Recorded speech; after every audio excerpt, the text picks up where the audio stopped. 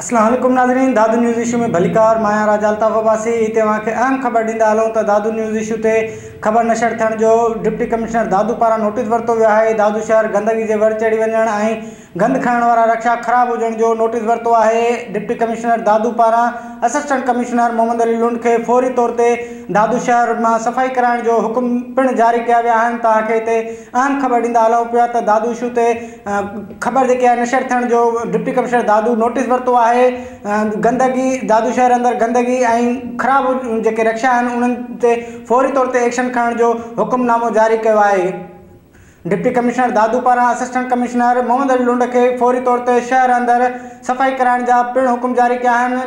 Assistant commissioner दादू मोहम्मद अली लुंड पारां जेको आहे दादू शहर जो दौरो कयो वियो आहे। दादू शहर जे मुख्य इलाइक़नि न्यू चौक, सब्जी मार्केट ऐं फ्रूट मार्केट जो दौरो कयो आहे। उते हिन महिल मौजूदु आहे मोहम्मद अली लुंड, उन सां ॻाल्हि ॿोल कई आहे। अचो त तव्हांखे ॾेखारियूं।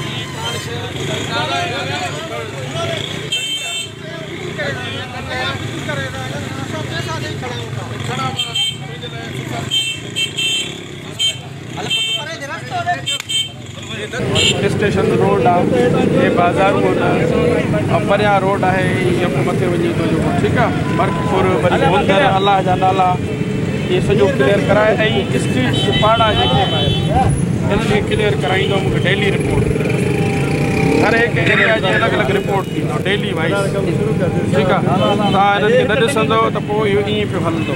हर को इंस्पेक्टर पंहिंजे मुंहुं हिकिड़े खां पंहिंजो हिसाब किताब वठु, अकाउंटेबिलिटी वठु, रिस्पॉन्सिबिलिटी, ठीकु आहे।